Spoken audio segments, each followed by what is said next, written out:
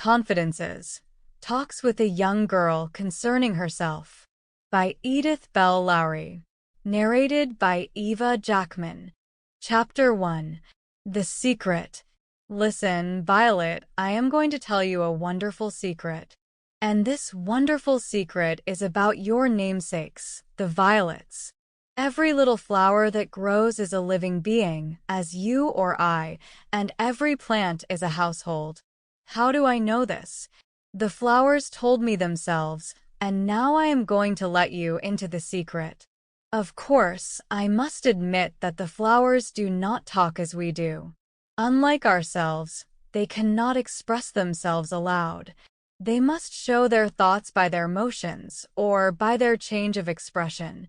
When a flower is thirsty, how does it tell us so?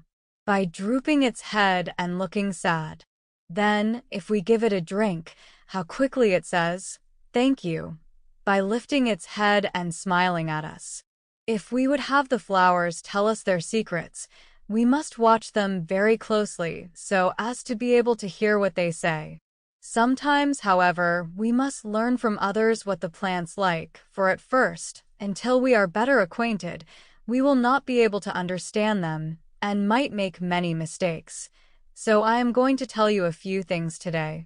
First, we must learn something about the flower's family, and where the flower gets its food.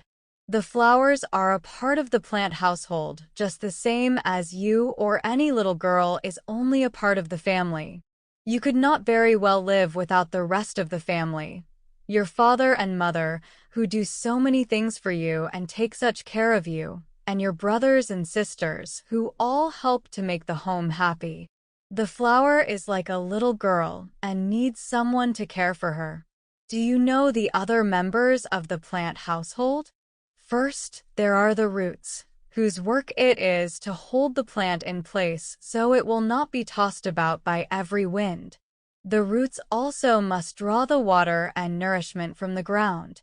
You know, when the rain comes, it soaks into the ground, and then when the plant needs water, the little roots suck it out of the ground, just as you could draw lemonade through a straw, for every root is supplied with many hair tubes that serve as straws. These hair tubes often are so small we could not see them without a microscope, but it is through these tiny tubes the plant receives nearly all the water it uses. Other members of the family, the leaves, are kept busy, for they must do the breathing for the plant, as well as digest the food. You know, water is never quite free from mineral matter, so when the roots draw up the water... Sample complete. Ready to continue?